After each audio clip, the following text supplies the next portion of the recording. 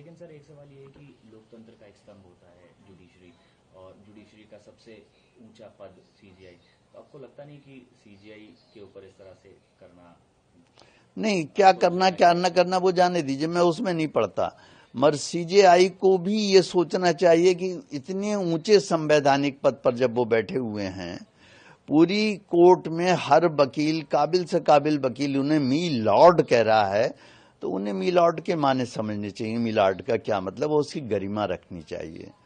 भाई ये है, किसी को आप भीख नहीं दे सकते तो उसका बर्तन तो मत तोड़ दीजिए, उसको इतना जलील तो मत कर दीजिए कि भगवान के सामने मेडिटेट करो। फिर इतना ही कह दिया तुमने, कुछ नहीं। आगे तुम मॉरिशस जैसे देश, दूसरे देश में बोल रहे हो जाके कि देश बुलडोजर से नहीं चलेगा। अरे मैं क्वेश्चन है मेरा सीजेआई से भी और जितने मेरा विरोध कर रहे हैं कि मुझे बताइए कि जिन लोग, मैं बरेली का पैदा हुआ हूं, बरेली कॉलेज से मैंने बीएससी किया है, मैं बरेली में बड़ा पला हूं, मेरा मकान है बरेली में, मेरे पेरेंट्स रहते थे।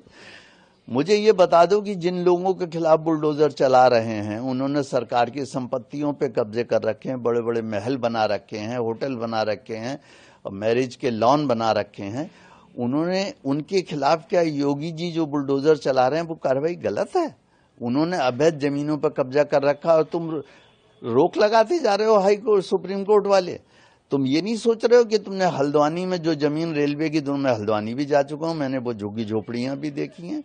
आपने हल्द्वानी के रेलवे लाइन के दोनों तरफ ये पड़े हुए हैं, उस पर 3 साल से रोक लगा कि यही सुप्रीम कोर्ट बैठा हुआ है।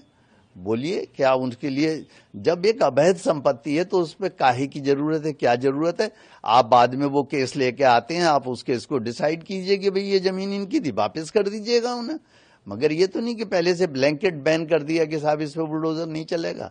इन सब चीजों से मैं आहत हूं और रहूंगा। सर इसके अलावा एक सवाल ये भी है कि सनातन के खिलाफ भी बोलने वालों की संख्या बढ़ती जा रही है, इस पर आपका क्या कहना है? नहीं, अब बात यह है कि भाई हजारों साल हम सबके गुलाम ही रहे, जो छोटी छोटी कौम आई वो हम पे राज करके चली गई, वो केवल इसलिए क्योंकि हम हमेशा बहुत टॉलरेंट रहे, आज भी हम टॉलरेंट हैं।